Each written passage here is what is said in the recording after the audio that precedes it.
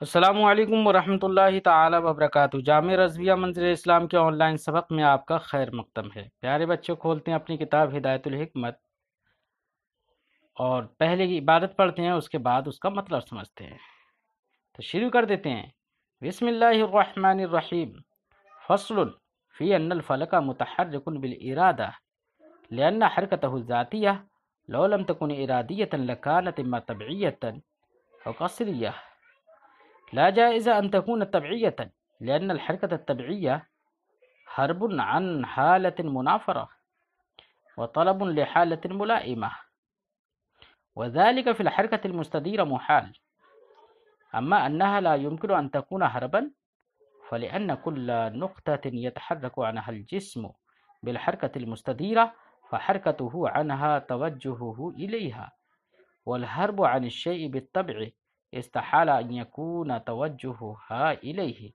وأما أنها ليست طالبة لحالة ملائمة فلأن الطبيعة إذا أوصلت الجسم بالحركة إلى الحالة المطلوبة أسكنته، والمستديرة ليست كذلك، ولا جائز أن تكون قصرية لأن القصر على خلاف الطبع فحيث لا طبع لا قصر فيه.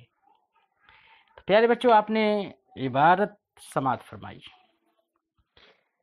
آج کی فصل میں صاحب ہدایت الحکمت اس بات کو پیش کرتے ہیں کہ فلک جو حرکت کرتا ہے تو اس کی حرکت بالارادہ ہوتی ہے۔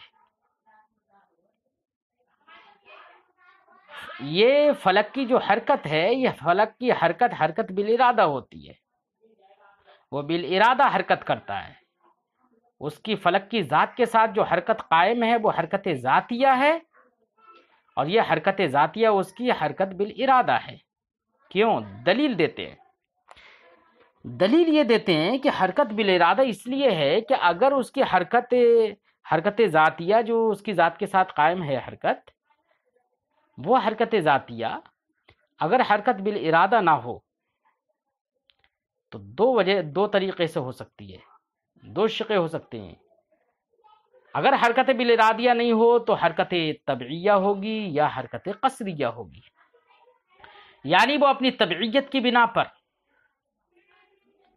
وہ حرکت کرے یا قصر قاصر کی بنا پر، کسی امر خارج کی بنا پر حرکت کرے۔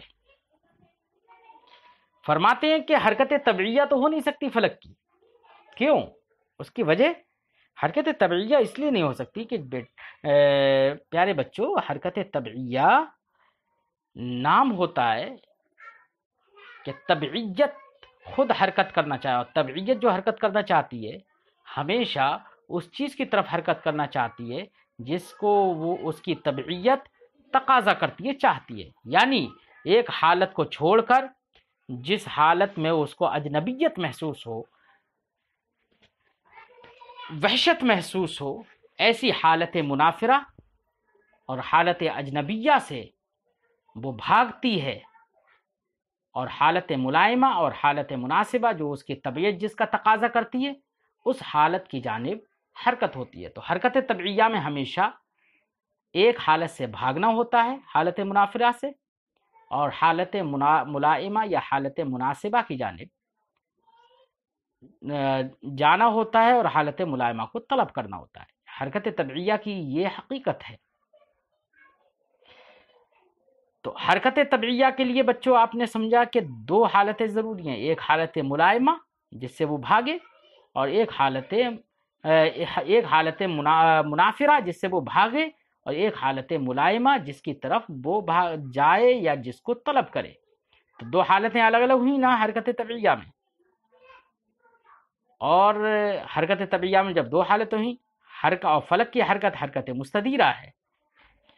حرکت مستدیرہ میں یہ دونوں حالتیں الگ الگ نہیں ہو سکتی، کیونکہ حرکت مستدیرہ میں جس نقطے سے حرکت ہوتی ہے، جس نقطے سے حرکت آگے کے لیے جاتی ہے تو لوٹ کر بھی اسی نقطے کی طرف آتی ہے۔ یعنی یہاں پر جس نقطے سے بھاگنا ہوگا اسی نقطے کی طرف متوجہ ہونا ہوگا۔ تو یہاں پر حالت ملائمہ اور حالت مناسبہ دونوں ایک ہی چیز بن جائیں گی، کیونکہ یہاں پر جس سے بھاگنا ہے اسی کی طرف متوجہ ہونا، اور حرکت طبعیہ کے اندر توجہ اور رخ کرنا اس حالت کی جانب ہرگز نہیں ہوتا ہے جس سے وہ بھاگتی ہے۔ اس لیے فلک کی حرکت حرکت مستدیرہ ہے، اس کے اندر حرکت طبعیہ نہیں ہو سکتی۔ بات سمجھ آئی؟ اب حرکت طبعیہ نہیں ہو سکتی تو دوسری شق بچی کہ حرکت قصریہ ہو، تو صاحب کتاب فرماتے ہیں حرکت قصریہ بھی نہیں ہو سکتی۔ کیوں؟ اس لیے کہ قصر نام ہے خلاف طبع کا، یعنی طبعیت جس کو چاہے اس کے خلاف اگر حرکت ہو تو وہ حرکت قصریہ ہے۔ مثلا ایک ڈھیلا ہے، وہ ہمیشہ اوپر سے نیچے کے لیے آنا چاہتا ہے اپنی طبعیت کی بنا پر، کبھی اوپر نہیں جانا چاہتا ہے، تو اس کی موافق طبعیت تو حرکت یہ ہے کہ اوپر سے نیچے آئے، لیکن آپ اپنی طاقت سے اس ڈھیلے کو نیچے سے اوپر پھینک دیں، تو اوپر سے جب ڈھیلا نیچے کے لیے آ رہا ہے تو وہ اپنی طبعیت کی بنا پر، اور جب آپ نیچے سے اوپر پھینک رہے ہیں تو ڈھیلا نیچے سے جو اوپر جا رہا ہے تو اپنے خلاف طبع جا رہا ہے۔ خلاف طبع یعنی ہماری طاقت کی بنا پر جا رہا ہے، وہ اپنی طبعیت کی بنا پر نہیں جا رہا ہے، تو خلاف طبع جا رہا ہے، تو یہ ہماری طاقت کی بنا پر جا رہا ہے، امر خارج کی طاقت کی بنا پر جا رہا ہے، یہی تو قصر ہے۔ تو حرکت قصریہ ہمیشہ طبعیت کے خلاف ہوتی ہے۔ اور پیارے بچوں، کسی شے کے خلاف ہونا، اس کے لیے ضروری ہے پہلے اس شے کا وجود بھی تو ہو، تبھی تو اس کے خلاف ہوگا۔ اور یہاں پر حرکت طبعیہ تو ہے ہی نہیں، ہو ہی نہیں سکتی ہے، تو اس کے خلاف کیسے ہو سکتی ہے؟ تو جہاں پر طبعیت نہیں ہے وہاں پر قصریت بھی نہیں ہوگی، کیونکہ قصریت کے لیے ضروری ہے طبعیت کے خلاف ہو، اور خلاف کا ثبوت تبھی ہوگا جبکہ نفس شے کا تو ثبوت ہو، تو قصریت ہمیشہ طبعیت کے خلاف ہوتی ہے، تو قصریت کا ثبوت تبھی ہوگا جبکہ پہلے وہاں پر طبعیت ہو جس کے خلاف ہو، اور یہاں پر حرکت طبعیہ ہے نہیں، اس لیے یہاں پر حرکت قصریہ بھی نہیں ہو سکتی۔ تو دو ہی شقیں تھیں بچوں، کہ حرکت ارادیہ نہیں ہوگی تو یا تو حرکت طبعیہ ہوگی یا حرکت قصریہ ہوگی، اور حرکت طبعیہ بھی نہیں ہو سکتی، اس کا ہونا ہم نے ثابت کر دیا کہ وہ باطل ہے، اور حرکت قصریہ بھی نہیں ہو سکتی، وہ بھی ہم نے سمجھا دیا۔ تو اب کیا بچا؟ صرف یہی بچا کہ حرکت ارادیہ ہو، لہذا یہ متعین ہو گیا کہ فلک کی حرکت ارادیہ ہوتی ہے۔ خلاصہ ذہن میں آ گیا بچوں؟ چلیے ترجمہ کرتے ہیں۔ فرماتے ہیں فصل فی ان الفلک متحرک بالارادہ، یہ فصل ہے اس سلسلے میں کہ فلک متحرک بالارادہ ہے۔ کیوں؟ لأن حرکتہ ذاتیہ، کیونکہ فلک کی حرکت ذاتیہ، حرکت ذاتیہ وہ حرکت ہوتی ہے جو شے کی ذات کے ساتھ قائم ہو بلا واسطہ، شے کی ذات کے ساتھ قائم ہو بلا واسطہ، اس کو حرکت ذاتیہ کہتے ہیں۔ مثلا آپ ایک جگہ سے دوسری جگہ جو حرکت کرتے ہیں، یہ خود آپ کی ذات کے ساتھ حرکت قائم ہوتی ہے، خود آپ کی ذات حرکت متحرک ہوتی ہے، تو یہ حرکت ذاتیہ ہے، کسی کا واسطہ نہیں ہے۔ اور اگر بیچ میں جو واسطہ ہو جاتا ہے، شے کے ذات کے ساتھ حرکت قائم تو ہو لیکن بالواسطہ ہو، مثال کے طور پر آپ قلم چلاتے ہیں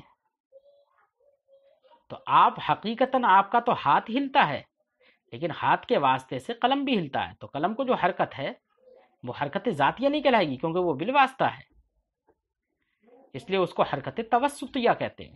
کیا کہتے ہیں؟ حرکت توسطیہ۔ ایسے ایک کشتی پر بیٹھنے والا شخص ہے، کسی موٹر گاڑی پر بیٹھنے والا شخص ہے، تو در حقیقت حرکت تو اس موٹر گاڑی کو ہوتی ہے، اس کشتی کو ہوتی ہے، اور اس کے واسطے سے بیٹھنے والا بھی متحرک رہتا ہے۔ تو متحرک کے ساتھ بیٹھنے والے کے ساتھ جو حرکت قائم ہے وہ حرکت توسطیہ ہے، کیونکہ وہ کشتی کے واسطے سے۔ فلک کی جو حرکت ہے وہ حرکت ذاتیہ ہے، اسی کی ذات کے ساتھ قائم ہے بغیر کسی توسط کے، تو یہ حرکت ذاتیہ۔ فرماتے لأن حرکتہ ذاتیہ، کیونکہ فلک کی حرکت ذاتیہ لو لم تکن ارادیۃ، اگر یہ ارادیہ نہیں ہوگی، لکانت اما طبعیۃ و قصریہ، تو ضرور وہ یا تو حرکت طبعیہ ہوگی یا حرکت قصریہ۔ لا جائزہ ان تکون طبعیۃ، یہ جائز نہیں ہے کہ وہ حرکت طبعیہ ہو۔ کیوں؟ لأن الحرکت الطبعیہ حرب عن حالت منافرہ، کیونکہ حرکت طبعیہ ایک حالت منافرت سے بھاگنا ہے وطلب لحالت ملائمہ، اور ایک حالت ملائمہ دوسری حالت ملائمہ کو طلب کرنا ہے، یہ حرکت طبعیہ کے اندر ہوتا ہے۔ وذالک فی الحرکت المستدیرۃ محال، اور یہ ایک حالت منافرہ سے بھاگنا دوسری اور حالت ملائمہ کو طلب کرنا یہ حرکت مستدیرہ کے اندر محال ہے۔ اما انہا لا یمکن ان تکون حربا، رہی یہ بات کہ حرب نہیں ہو سکتا، یعنی ایک حالت منافرہ سے بھاگنا نہیں ہوگا حرکت مستدیرہ میں، کیوں؟ فلأن کل نقطۃ یتحرک عنہا الجسم، کیونکہ حرکت مستدیرہ میں جس نقطے سے جسم حرکت کرتا ہے، حرکت مستدیرہ کرتا ہے، فحرکتہ عنہا توجہہ الیہا، تو اس نقطے سے حرکت کرنا اسی نقطے کی طرف متوجہ ہونا ہوتا ہے۔ اور حرب کسی شے سے جو حرب ہوتا ہے بھاگنا ہوتا ہے بالطبع، تو بالطبع جس شے سے بھاگنا ہوتا ہے وہاں پر اس شے کی طرف رخ کرنا نہیں ہوتا ہے، اور یہاں پر اسی شے کی طرف رخ کرنا ہوگا، اس لیے حرکت طبعیہ نہیں ہو سکتی۔ وہی فرماتے ہیں والحرب عن الشیء، کسی شے سے بھاگنا بالطبع استحالہ محال ہے، ان یکون توجہھا الیہ، کہ اس کا رخ خود اسی کی جانب ہو، یہ محال ہے، اور حرکت مستدیرہ میں خود اسی کی جانب رخ ہوتا ہے، اس لیے حرکت طبعیہ نہیں ہو سکتی، اس لیے حرب نہیں ہو سکتا، بھاگنا نہیں ہو سکتا۔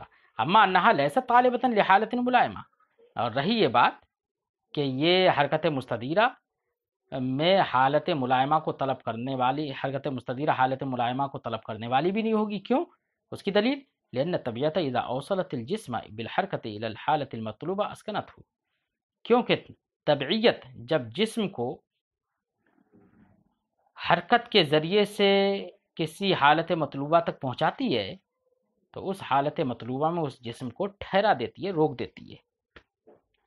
والمستدیرہ لیست کذالک، اور حرکت مستدیرہ جو فلک میں ہے وہ ایسی نہیں ہے، کیونکہ حرکت مستدیرہ اس سے پہلے سبق میں ثابت ہو چکا ہے کہ فلک حرکت علی الاستدارہ دائماً کرتا ہے، وہ بالکل اس کی حرکت منقطع اور نہیں ہوتی ہے، وہ بالکل نہیں اس میں سکون ہوتا ہے، اس لیے حرکت مستدیرہ فلک کی یہ طبعیہ نہیں ہو سکتی۔ اب بچی کیا؟ قصریہ ہو، تو فرماتے ہیں ولا جائز ان تکون قصریۃ، اور یہ بھی جائز نہیں ہے کہ حرکت قصریہ ہو، کیوں؟ لأن القصر علی خلاف الطبع، کیونکہ قصر نام ہے طبیعت کے خلاف پر قصر واقع ہوتا ہے طبیعت کے خلاف۔ فحیث لا طبع لا قصر فیہ، تو جہاں پر طبعیت ہی نہیں ہے وہاں قصریت، جہاں طبع نہیں وہاں قصر نہیں، تو یہاں طبع تو ہے نہیں، حرکت قصر طبعیہ تو ہو نہیں سکتی ہے، تو اس کے خلاف حرکت قصریہ کیسے ہو سکتی ہے؟ نہیں ہوگی۔ اس لیے ثابت ہو گیا، متعین ہو گیا کہ فلک متحرک بالارادہ ہے، اس کے ساتھ اس کی حرکت ذاتیہ وہ حرکت ارادیہ ہے، طبعیہ اور قصریہ نہیں ہے۔ تو پیارے بچوں فصل پوری ہو گئی۔ آج کے سبق میں ہم یہیں پر اپنا سبق درس کرتے ہیں، اپنا سبق آج یہیں پر ختم کرتے ہیں، پھر آئندہ ملتے ہیں انشاءاللہ۔ السلام علیکم ورحمۃ اللہ تعالی وبرکاتہ۔